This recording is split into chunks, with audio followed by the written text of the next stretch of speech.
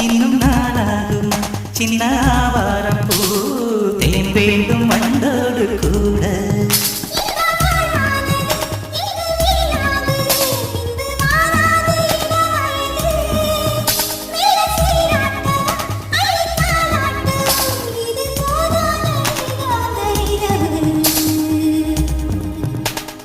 கோழி ரெண்டும் முடிச்சிருக்கு ரெண்டும் கூடாம தனிச்சிருக்கு கோழி ரெண்டும் முடிச்சிருக்கு ரெண்டும் கூடாம தனிச்சிருக்கு